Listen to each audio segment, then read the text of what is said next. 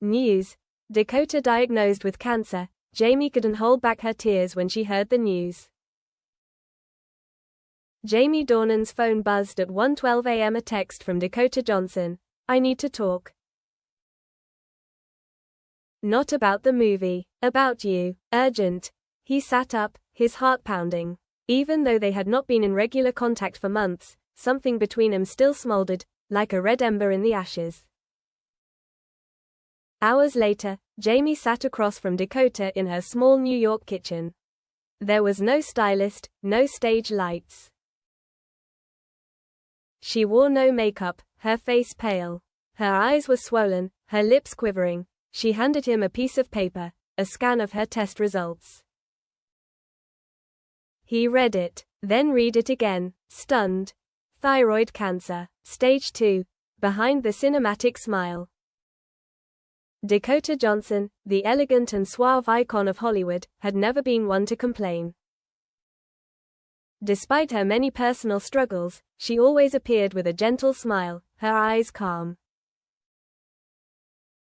However, in recent months, fans have noticed that she has been less visible. Canceling interviews. Deactivating her social media accounts. Rumors have it that she is taking a break to travel, find inspiration. No one expected the truth to be more bitter. "I felt a dull pain in my throat, a hoarse voice, and then difficulty breathing," Dakota said. "At first, I thought it was just stress. But the test results gave me no hope." Jamie, breaking down for the first time in front of her. Jamie Dornan said nothing. His hands were shaking as he gripped the test paper. Throughout his career, he had played roles of pain, loss, despair, but he had never truly known what it felt like to have his heart squeezed. "I don't want you to die," he said, his voice choking. Dakota smiled, as light as a breeze. "Neither do I. But no one chooses their fate." And for the first time in years, Jamie Dornan cried.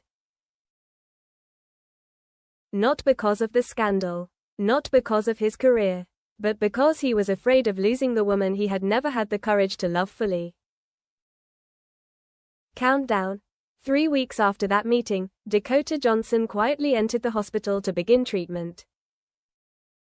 No newspaper reported it, no fans knew. In the eyes of the world, she was resting in Tuscany. Every morning, she woke up with a sore throat. She no longer had the strength to sing her favorite tunes, or read scripts for more than 15 minutes at a time. In her diary, she wrote, "Cancer doesn't hurt me as much as the thought of stopping. I have so much left undone. So many people I haven't dared to tell." Jamie between two worlds. Jamie Dornan still acted, still appeared on talk shows, but his heart felt like it was being drained every day.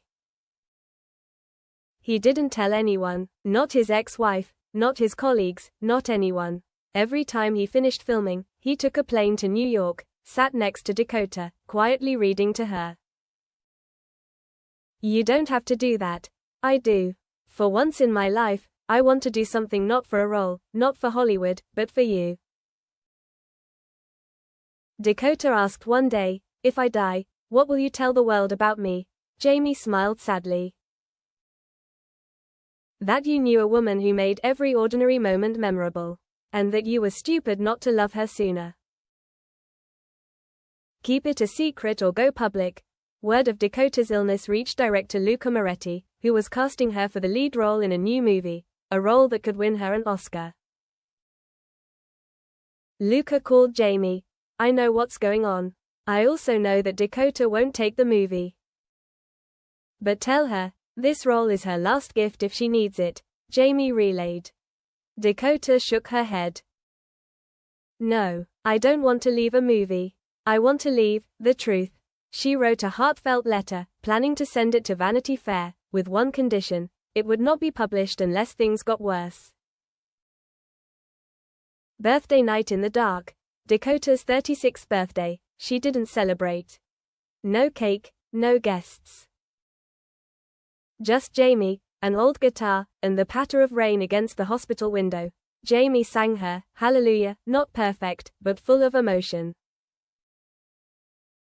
Dakota cried, I think this is my last birthday. Jamie held her hand tightly. No. You haven't written the end. I believe it. A miraculous recovery. After 3 rounds of chemotherapy and a surgery to remove the tumor, a biopsy showed no signs of spreading. The doctors called it temporary stabilization. But Dakota called it a chance to live a real life. She asked the doctors to let her out of the hospital early. And then, she appeared in an unexpected photo, short hair, bare face, wearing a gray sweater, standing next to Jamie Dornan, in the middle of Central Park. No caption, no explanation, public confession. A week later, Dakota appeared on 60 Minutes. The audience couldn't believe their eyes. Her voice was weaker, but her eyes didn't shake. I have cancer, and I'm fighting. I wanted to keep it a secret, because I was scared. But I realized, the bravest thing I could do was not to fight the disease. It was to accept the truth, before I knew the end of it. The host choked up and asked, who was there for you during that time? Dakota turned to the camera. Jamie Dornan, the first man who ever saw me cry for anything other than a role. The world wept. The next morning, millions of people around the world posted photos with the hashtag for Dakota. Fans drew pictures, sent letters, wrote songs for her. Jamie appeared a day later. On Instagram, he posted an old photo of him and Dakota laughing together while filming 50 Shades, with the caption, You were my co-star, then my life partner, and now, the person who taught me to be real. Quote,